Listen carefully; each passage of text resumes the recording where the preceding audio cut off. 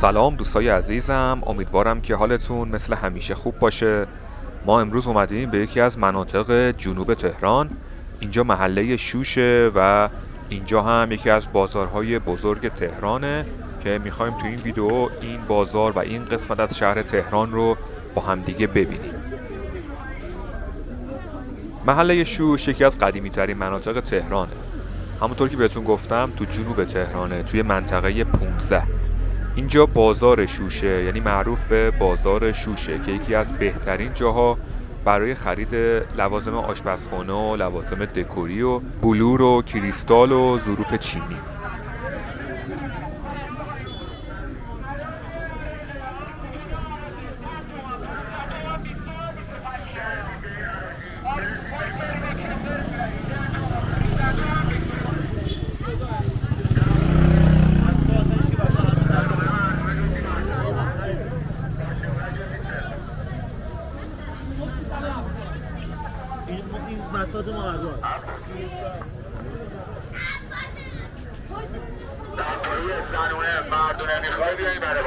روکش میز اتو میخوای تخت سرو هر مدل میخوای بیای برای بازار. تخت سرومون جدیده، هیچ رنگش ندیده. درست برو.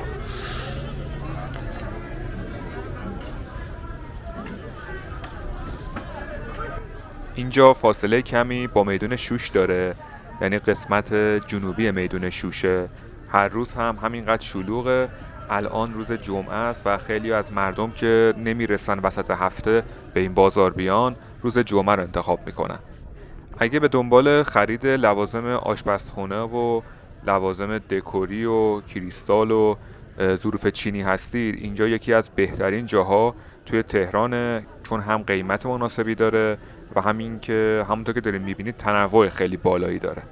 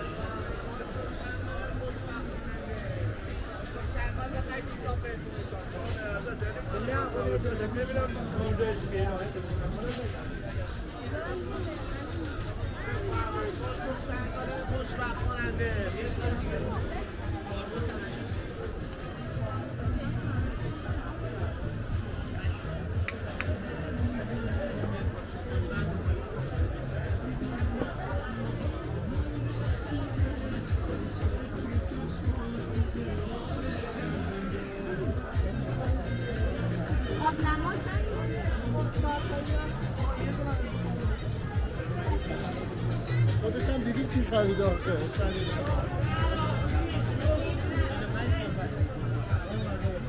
الان دقیقاً اگه بخوام بهتون بگم، ساعت رو نشون بدم، خب 18 نوامبر روز جمعه است و ساعت هم 1:08 است.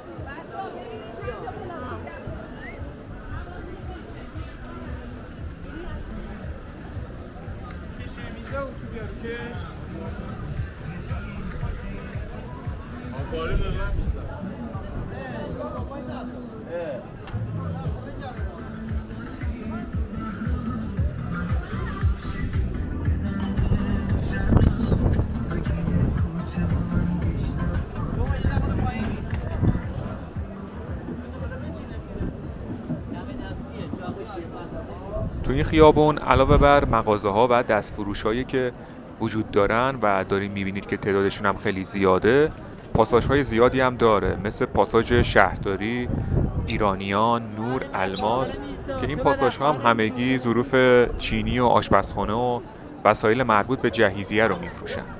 اینم بگم که اینجا یکی از بهترین جاها برای خرید جهیزیه است و خیلی از ایرانی‌ها برای خرید جهیزیه اینجا رو توی تهران انتخاب میکنن. اینجا هم یکی از پاساژ هاست که بریم داخلش رو با هم دیگه ببینیم.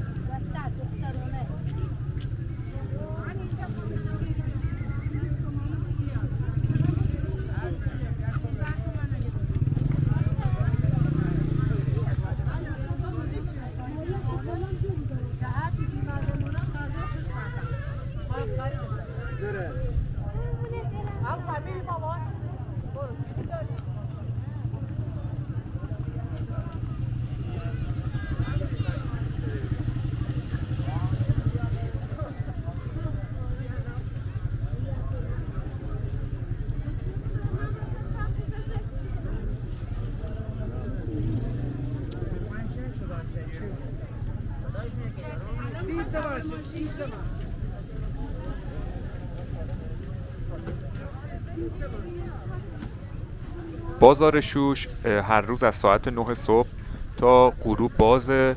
فکر کنم که روزهای تعطیل مثل جمعه ها کمی زودتر میبندن. برای اینکه به اینجا بیاین میتونید از مترو استفاده کنید. برای این کار میتونید ایستگاه متروی شوش از قطار پیاده بشین و با حدود 10 دقیقه تا 20 دقیقه پیاده روی به اینجا برسین. البته میتونید از تاکسی هم استفاده کنید. اگر از ماشین شخصی بخواید به اینجا بیاین میتونید از سمت میدون راه آهن، خیابون فدایان اسلام، بزرگراه بعثت به منطقه شوش و خیابون صابونیان برسید.